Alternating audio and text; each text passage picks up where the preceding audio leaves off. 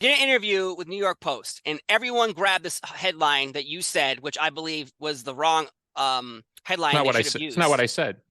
So, But go okay. on. Yeah, So the but go quote on. that everyone grabbed onto, which you say you didn't say, so I just want to make sure we No, clarify that you didn't say it. if I did say it was taken out of context, I have to read the whole quote. But Okay. go on, please. So the one that everyone kept grabbing onto says, you're not going to, it's talking about Tyrus as your champion. If you're not going to watch him, which is Tyrus, then you're not a wrestling fan. Now, I like this quote better. I've had everybody and their mother tell me how to make my music. I've flown against the grain for 30 years. It's worked out fine. If I'm going to book NWA, I'm going to book it the way I want to book it. Now, I like that. The second quote I like a million times better because are these people putting up the money? Are these people booking wrestling? Are these people spending money? No, you're doing this, so it's your company and you can do it as you please. Now, you said you didn't say the first quote. Now, that's Well, I all know. I just Well, want to I make did. sure. If I did say it, well, put it this way. It was a longer quote, and of course, what has happens with interviews, sometimes they excise what you're saying out of a larger thing. So Yes. maybe let's call it. I'll give a clarification to what I said. I'm not going to say I didn't say what I said, but this quote I saw being bandied about, which was something along the lines of like, if you don't like Tyrus, you don't like wrestling. Yes. I believe that was whether that was bastardized or that actually came out of my mouth, but it was again in relation to something else. So I'll clarify what I was trying to say. So maybe that's the better way across the bridge. Yeah. What I was saying was, if you don't like Tyrus in a wrestling ring because of his politics and because he brings heat into wrestling, that I don't understand what wrestling that you're after. And I went on to say, and I don't think it was quoted, are we only booking friends in a wrestling ring? You know what I mean? Like, is this just like patty cakes and then everybody pretends these guys hate each other and then they hug at the after party and everything's cool? I'm like, I believe, like all good promoters, that the heat of the outside world come into a wrestling ring isn't necessarily a bad thing.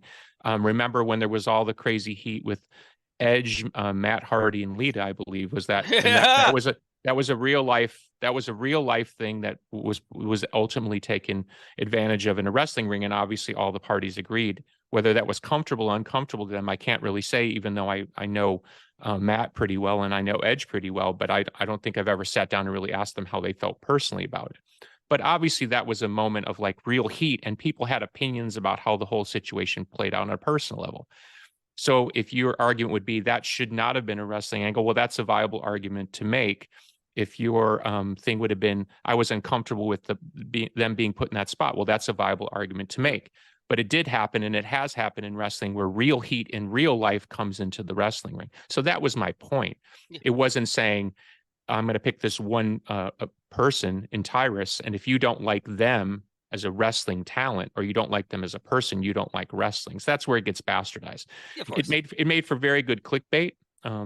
And some of my friends actually encouraged me to go out and clarify and said, no, it's just, I'm not going to play this stupid game. I've been around too long for people to sort of cherry pick my quotes and try to make a thing. So that's what I like what you're saying, which is at the end of the day, I think I'm an intelligent person. You can argue that point, but look, I've picked the NWA up out of the ashes. Yeah. I've turned it into a successful business. We have a lot of good news coming, which I can't quite share yet, but I think we're going in about our 6th year of me owning the company. The roster's never been stronger. There are people who have noticed the quality of the NWA wrestling product week in and week out. People who are not, let's call it Denzians of the dirt sheets, like people who actually care about the quality of professional wrestling, not let's call it the meta narrative of each company and whether it's rising and falling. Right. And we've seen in recent times where one company's been really built up now to be torn down. Is that fair? I can't particularly say, but it's certainly good business for the dirt sheets. So right now there's more money on the NWA being about me as a controversial figure or the NWA possibly failing than there is the NWA succeeding. And when we succeed, and we will, well, then it'll turn into some other different quasi argument. So if you want to make it about one talent, you kind of miss the point of what the point of a professional wrestling company is. It's a collective vision.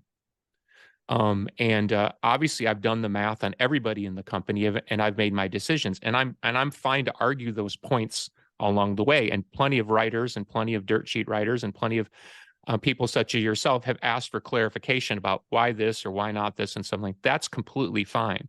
But if you miss the point about how one talent or a collective set of talents make a statement about the NWA, then you don't really understand what it is I'm trying to do. I'm trying to build a company built around specific talents at a specific time. These are athletes and they have a shelf life.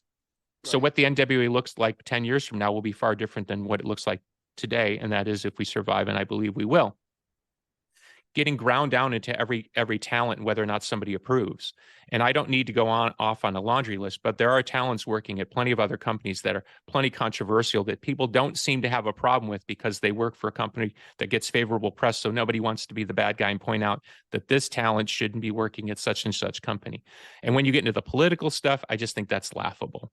Political stuff in 2023 is laughable. Look, we were just talking about Elon Musk and Mark Zuckerberg. Their politics, at least as it appears in the public sphere right now, are completely different.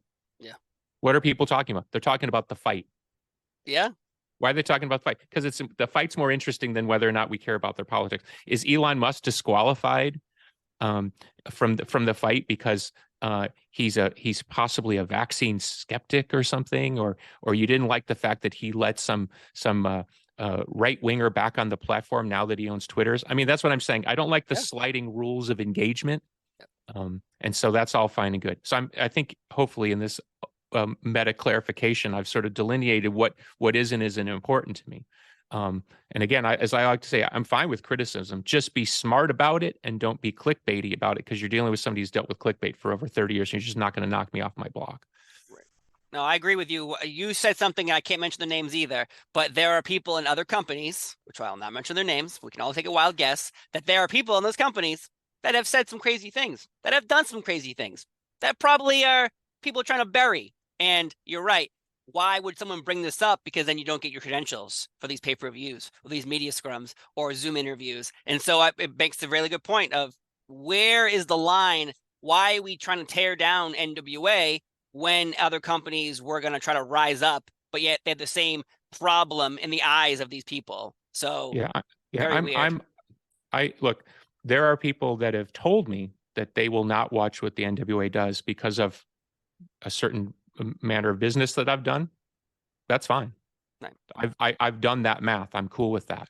And to me, those people are weak people because I know those same people are watching other products and somehow they don't have the same objection, which is sort of reinforcing what you're saying. Somehow their morality seems to escape depending on who's running the event.